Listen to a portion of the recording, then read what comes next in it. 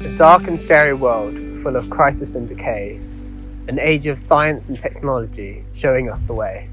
Where disease and decay dominate the news, COVID and vaccines leave us confused. Broken hearts, empty beds, exhausted nurses, endless social media threads.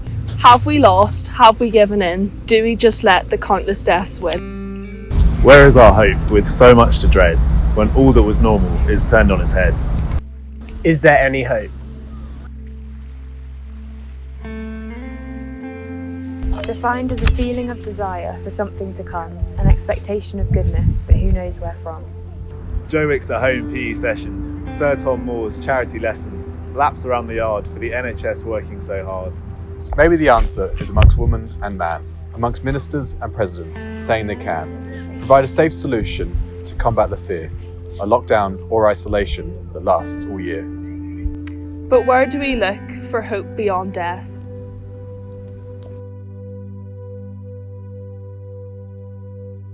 There was a man who once lived with a message to share, a man who spoke of God and miracles and prayer. He said a kingdom has come, it's a message of joy, a hope beyond death, a curse to destroy. An answer for those who despair, to look to a man who lovingly cares. He was beaten and killed on a cross of wood. In our place for our sins he stood. But he conquered the grave and rose to new life, so that we who believe need not live in strife. Do you see it's an answer for all those who cry, who fear and who hide, and ask this world why? The King who speaks as a leader of man, who suffered and bled and rose so we can trust in a hope of a life beyond the grave, a place where leaders and rulers don't make us a slave. He is hope and good news for all those that choose to look at this claim, to trust in his name. It's up to you to decide to climb the slope, to see that the Lord is our living hope.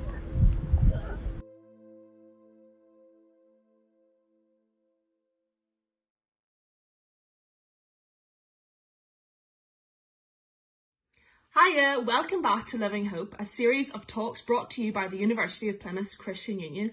I'm Ruby and I will be your host this evening. Tonight's talk is about Is Christianity Restrictive? And it will be brought to you by Phil Loman, who is the Christian Union's representative in Plymouth. But first we're going to hear from Matt Choi, who's involved in both Plymouth Uni and Marjon Uni CU. So over to Matt. Hi, I'm Matt. I study psychotherapy and counselling. This is my second year in Plymouth, but I've deferred my second year to start again in September. A bit about myself is I've been brought up in a Christian family. I've gone to church my whole life, and at my church back home, there was a big youth. So that meant that it met weekly in the evenings, and yeah, it was really fun, and I had lots of friends that went there. So even though I would label myself a Christian, I wouldn't call myself a follower of Jesus until the summer before I came to uni. My friend invited me to a week trip away where several churches were going, and in the evenings and in the mornings there would be talks and different activities, and then you had free time the rest of the day and day trips and stuff like that. One evening there was a talk on the themes of identity and freedom. This really hit home for me, as looking back I wasn't aware of it, but I did struggle with being my true self. I think I acted and was living out as two different people. Myself at church, where I didn't have to put up a front, and how I was outside of it, trying to fit the mould and low-key hiding my faith. But also I think it was as I didn't understand my own faith and wasn't living it out. What I now realise is that I used to change to seek the approval from others, but what the talk was highlighting is God loves me just as I am, and I felt the freedom in knowing that. And I think after that evening there was a real turning point for me. I spent the rest of that week deepening my understanding of Jesus and who he wanted me to be. After that week, I started taking my faith seriously and wanted to understand it more. I started to read the Bible, and when I came to uni, CU really helped as well. For me, my living hope is that even though I still sometimes seek the approval of others, I know that through Jesus Christ dying and his resurrection, God loves me for who I am more than anyone, but is also making me who he has called me to be. My identity is not changing for the approval of others, but living for and by the approval of Jesus.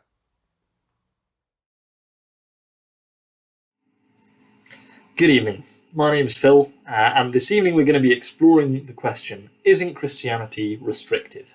Isn't it restrictive? Doesn't it get in the way of us enjoying life and experiencing all that life has to offer? And I think that's a really fascinating question. I'm really looking forward to digging into it and exploring it together. But I think before we get going, it's really important to just define our terms a bit and ask the question, what do we mean when we talk about Christianity? What does that word actually mean? Well, for me this evening, the way I'm going to be using it is simply to refer to following Christ, following Jesus, living life in a relationship with him, knowing him, trusting him, and living life in accordance with his teaching and with his example. So really simply following, knowing, trusting, and living with and for Jesus. So that's the kind of what I mean when I use the word Christianity. And I'm going to kind of use the phrase following Jesus and the word Christianity interchangeably because I think they're the same thing. So is Christianity, is following Jesus restrictive? Now, this is a really important question for us. We hate things that are restrictive. We hate things that get in the way of our freedom. Why is that? Well, it's because we want to enjoy life to the full. We want to be free to squeeze all the goodness and richness and joy and variety out of life. And so we react against anything that's going to get in the way of that. We want to be free to do whatever we want, with whoever we want, whenever we want. We react against things that get in the way of that. We react against things that limit that freedom to enjoy life. That's why the current coronavirus restrictions have felt so restrictive, but also just frustrating. It's because they get in the way of us doing the things that bring us joy. They separate us from people who bring us joy, from our friends or our family, and they stop us doing even the seemingly most basic things. They stop us going for a barbecue on the beach, or they stop us enjoying sport, or they stop us going shopping anywhere that isn't the supermarket, or they stop us just going for coffee with a friend, or going around with friends for a movie. All of those things, they get in the way of. They restrict our freedom to do the things which bring us joy, and that's why they're so frustrating.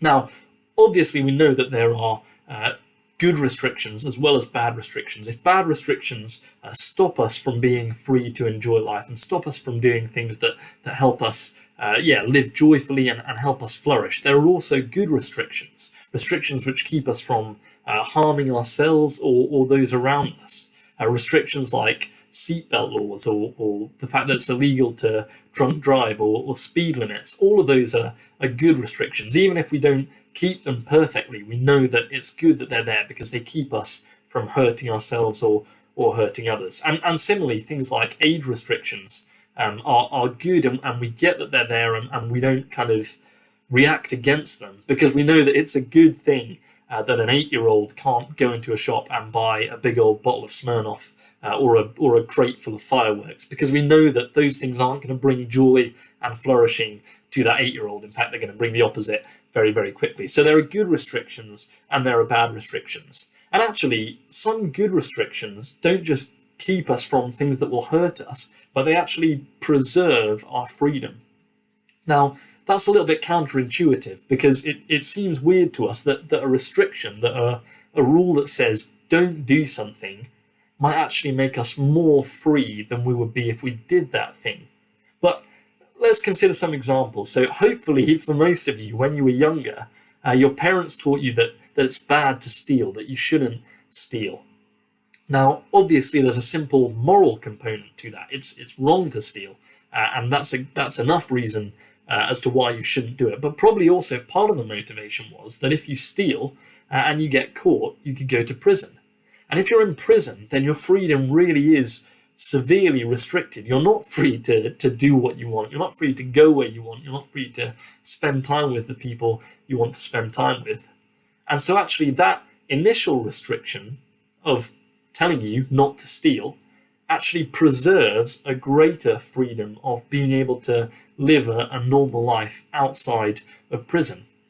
Similarly, rules against, or laws that we have in this country against possession or distribution of Class A drugs like heroin, again, preserve a greater freedom.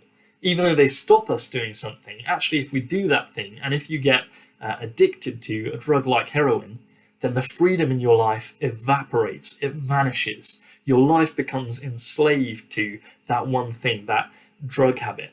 And so you're no longer free to do all of the other things and to live life as you want to live it. So that rule, again, actually preserves our freedom.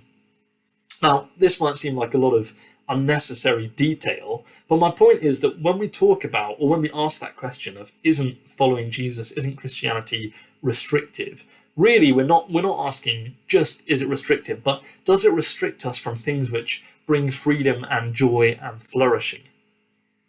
Is that really true? Well, let's think about it. Now, it's certainly true, it's obviously true that following Jesus does involve some restrictions. For example, Jesus calls his followers to answer violence not with more violence, but with grace and peace. He calls them to answer hatred not with more hatred, but with love and with prayer. He calls them to not love anything else in this world more than they love God, and he calls them to love their neighbour as themselves. He forbids them from elevating themselves to a position where they're superior to others. There certainly are some restrictions there, restrictions against lying, hatred, violence, loving anything other than God, being, prideful or arrogant. But are those bad restrictions? Or are they good restrictions? Do they make the world a worse place or a better, more free place, a place where humans will have more joy and flourish more? Surely a world with less violence, less lies, less hatred would be a better one. So it's pretty unlikely, really, that those are the restrictions that we react against, because those are good restrictions which make us more free to enjoy life and to flourish. Now, you may well be thinking, well, Phil, that's obvious. Obviously, no one's going to have a problem with rules against lying or rules against hating people or being violent or mistreating other people or not caring about the poor. Obviously, that's all good. And actually, the only problem with that is that we struggle to keep those rules, but we don't think of them as bad restrictions. But it does seem like there are some restrictions involved with following Jesus that aren't like that aren't to do with not hurting other people or making the world a better place, but that just seem to be there to reduce our joy and freedom and the amount of fun we can have in our lives. Like, what about, for example, the fact that Christians aren't allowed to drink or to have sex? That doesn't seem like it makes the world a better place. It just seems restrictive. So why is that? Well, those are really good questions, so let's address them. First, let's clear away a misconception. Jesus doesn't forbid his followers from enjoying a glass of wine or from going down the pub with some mates and enjoying a pint. In fact, Jesus' first public miracle was to transform all of the water at a wedding he was at into wine. So he's certainly not anti-wine or anti-alcohol. He created alcohol as a good gift to humans to enjoy. But he does clearly command his followers not to get drunk. So why is that? Well, the answer lies in the fact that Jesus calls his followers to be fully committed to what they're doing. He calls them to be fully committed to him and to love God and love those around them with everything that they've got. Now, to be fully committed to anything, for it to be possible to be fully committed to anything, you've got to be free to pursue that thing with all of your being, all of your heart and soul and mind and strength.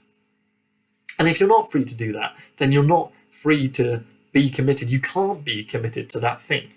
But we don't view that commitment as being restrictive. If you're an athlete, there are all sorts of things that you can't do or might not be able to do. You might not be able to eat certain things, or you might have to get up at a certain time and not be able to lie in. And there might be certain times of the week where you can't do other things because you have to train.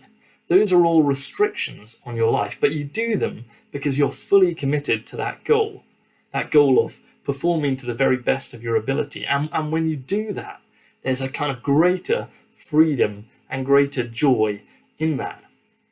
Again, if you're a student and you're fully committed to your studies, that places restrictions on you, places restrictions on your time, because you've got to attend lectures and you've got to study and you've got to revise, you've got to do all of that. But it unlocks a greater freedom, the freedom again to perform to your very best academically, and the freedom in the future to have the job that you want or the career that you're really passionate about. So being committed to something is inherently restrictive, but it also brings a kind of greater and deeper freedom and joy.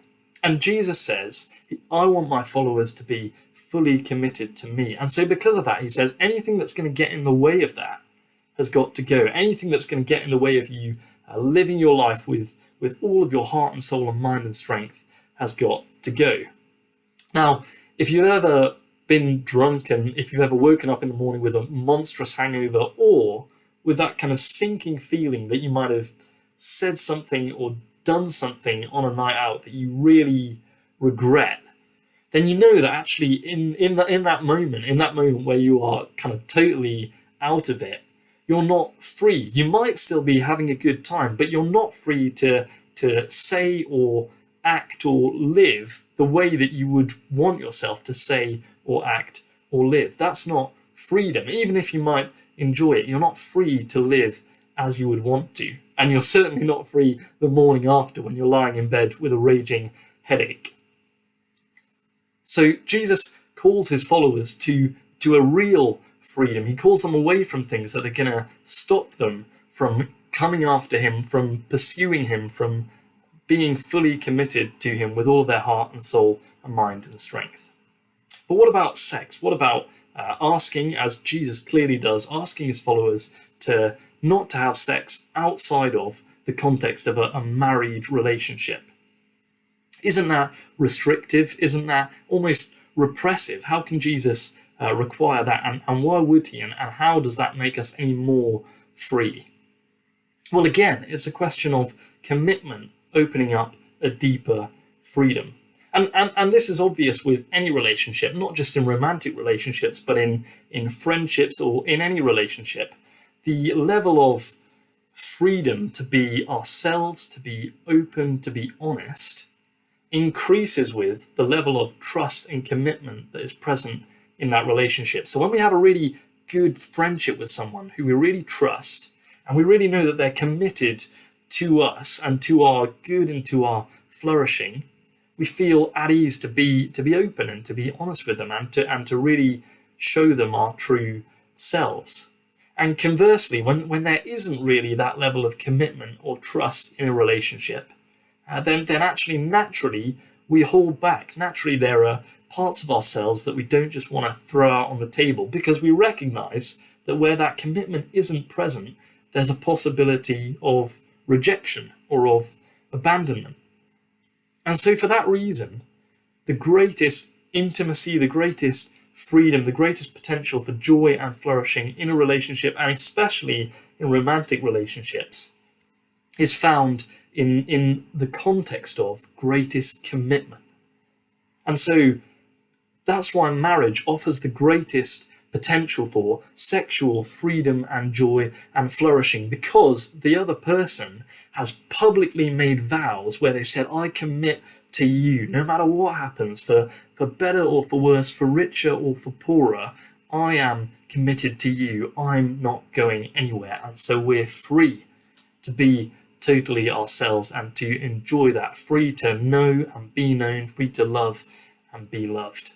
So again, Jesus is calling his followers away from a kind of shallower, more superficial freedom and into a commitment that really brings true freedom, true joy, and brings the most potential for sexual flourishing. And that's why we know, just from a kind of scientific research perspective, that the best and most pleasurable sexual relationships happen within the context of marriage. So Jesus isn't he doesn't hate sex, or he isn't some kind of cosmic killjoy, but he's preserving something better and richer and preserving a greater freedom by calling us out of shallow and superficial sexual relationships.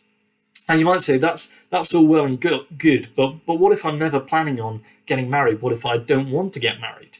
Well, then Jesus' call to us is still that actually life with him and without sex is better. That life with him is better, that he has something for us that is better than anything else we give up or leave behind to follow him. But let's consider that idea of greater commitment, bringing greater freedom and greater joy, because that is kind of at the heart of what Jesus promises us. He does call us to give up things to follow him. In fact, like I said earlier, Jesus' call is to love God and to love him more than we love anything else. He describes following him as almost the process of dying to everything else in the world, dying to yourself, so that we can wholeheartedly pursue him. But that leads to the obvious question, well, is that worth it? What can Jesus possibly have to offer that makes that worthwhile? Does giving up these other things really offer us a richer, fuller freedom and joy, and really offer us more potential for flourishing? Well, let me offer you 3 ways in which I think Jesus brings greater freedom into our lives. First, Jesus offers freedom from guilt and shame. Jesus, when he came, didn't just come to teach, although he did a lot of teaching, didn't just come to kind of perform miracles, although he did a lot of that as well. But ultimately, Jesus said that he came to die for all of the wrong things that any of us has ever done, to take God's justice for all of the wrong things that we've ever done, so that we might be forgiven. And so because of that, Jesus offers total forgiveness to anybody who will come to him and follow him. Now that means that nobody is too guilty, nobody is too dirty, nobody has kind of too tragic a past to come to Jesus. And I think this is, again, another kind of misconception about Jesus that people have. In fact, I've spoken to friends who kind of like the idea of following Jesus and think that there's so much good about him, but feel like, actually, I've got to clean up my act. I've got to become a better person. I've got to sort out this area of my life, or kind of cut out this habit before I can come to Jesus. But no, Jesus offers total forgiveness, and that means that anyone can come to him as they are and be forgiven. They can be washed clean of that guilt from anything in their past. And that means too that if we have a real sense of shame over something we've done, something that we really regret, again, Jesus can offer us freedom from that. So Jesus offers us freedom from guilt and shame through forgiveness. Secondly, Jesus offers us freedom from inadequacy. So much of our life is spent with trying to measure up to certain standards, or fit in with certain groups, whether it's just our friends, our flatmates, our course mates, whether it's doing initiations into a sports team, or whether it's kind of bigger picture, trying to live up to beauty standards in society, or trying to reach certain academic standards. We spend so much of our life trying to measure up, trying to become good enough. In fact, often we are our own harshest critics. Often the kind of standard that we find it hardest to reach and that we spend most of our energy pursuing is our own standard for ourselves. We want to be better in this way or that way. We want to be better students, better athletes, better friends. And yet we can't seem to get there. We can never quite seem to measure up. But Jesus, he doesn't just offer us forgiveness. Actually, Jesus promises that anyone who comes to him and receives his forgiveness is accepted into the family of God. That God welcomes anyone who comes to him through Jesus as his children and loves them unconditionally, infinitely, unstoppably, unshakably. God welcomes and accepts anyone who comes to him through Jesus. And that means that in God's sight, in the sight of the only one who really counts, in the sight of the creator and ruler of the whole universe, if you come to him through Jesus, you are adequate. Because Jesus is enough, because Jesus measures up, when you come to God through him, you are adequate, you measure up, you are good enough. And so we're set free from all of that straining, all of that doing things that we don't really want to do, or trying to be a person who we're actually not, in order to be approved of or accepted, or to match up to a certain standard. No, Jesus offers us acceptance in God. Jesus offers us freedom from inadequacy. And finally, Jesus offers transformation. Jesus offers us freedom from all of those little things that we wish that we could change about ourselves, whether it's that we can't seem to stop messing up relationships or friendships, or hurting people who are close to us, whether we can't seem to stop saying things that we regret, or doing things that we regret, whether there's habits that we have that we just really hate and that we recognize aren't good for us, but that we can't seem to shift, whether it's just that we're really arrogant, or that we just despair, or whatever it is. Jesus promises that, again, anyone who comes to God through him, God starts to transform them bit by bit, day by day. God starts to free us from all of those little things that are wrong in our life. He brings transformation. And I could go on. Jesus doesn't just offer us freedom from guilt and shame and inadequacy and all of the kind of little flaws that we recognize within ourselves. He offers us hope beyond death, because he didn't just die, he rose again to life, and therefore we can have hope beyond death, that we can have eternal life through him. He offers hope for the future. Because Jesus promises that he is coming back, there is good hope for the future of humanity, for nature, for our planet. But all of that is so rich and so full, and I could talk about that so much more. But ultimately, all of this is going to remain kind of at arm's length unless you investigate it for yourself. So I want to kind of, in closing, just say two things really quickly about that freedom and joy and fullness that Jesus offers. The first is this. If you've listened to this, I mean, thank you and well done for getting this far. But if you've listened to this, probably it's because you know somebody who either is a Christian or is kind of in some way involved with Plymouth CU. And if you know someone who's a Christian, investigate, is this true in their life? Or why not ask them, have they found real freedom, real joy, real fullness in Jesus? Have they found more freedom, or has Christianity been mostly just a set of rules and restrictions which hold them back from enjoying life? What does this look like in their life? And then I want to say to you, actually, ultimately, the only way for you to really know whether this is true for yourself is to investigate it for yourself. Investigate Jesus. Try getting to know him and living with him, and see for yourself, is it really true that Jesus brings greater freedom from all of those things, from guilt, from shame, from inadequacy, from the struggle? Is it really true that Jesus brings greater freedom, greater joy, greater flourishing? Investigate that for yourself. I want to finish off with a little story that Jesus told, because I think it kind of really neatly sums up everything that I've talked about this evening. Jesus said that kind of knowing him, living in relationship with him, following him, and everything that results from that whole kind of package, if you will. He said that it's a bit like this. It's a bit like if you imagine a person who's walking through a field, and as they're walking through this field, they discover a treasure of unbelievable value buried in that field. And then what they do, they cover it up again, they sell everything else that they own, and they buy that field. Why? Because the thing that they've found is so immensely precious and wonderful that it's worth giving up everything else for. And Jesus says, knowing me is like that. Knowing me is the source of such great freedom and joy and flourishing that actually it's worth giving up other things for. It's worth giving up everything else for. And as I say, I just want to invite you this evening, find out if that's true for yourself. Jesus said to his followers, I have come that you may have life and have it to the full. He's not a killjoy, he is full joy. And again, I just want to invite you, find out about that for yourself.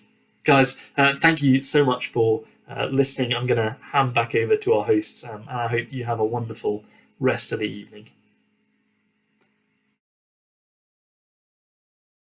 Wow, that was a really great talk. Thank you, Phil, and thank you to Matt for also sharing his testimony. If you do have any questions or want to give us some feedback, be sure to check out our video description box below to get our links to Facebook and Instagram. We really would love to hear from everyone, whether you're a member of the CU or not, if you're a Christian or you're not, or you've been along to loads of the events, or this is your very first time coming. We really would love to hear from you. Our next event is on Tuesday, the 23rd, and it's about God, me, and mental health. So it's addressing a really important subject, which a lot of people have been struggling with recently, especially with COVID. So I really encourage you to go along to that. But that's all from me tonight. Have a lovely weekend.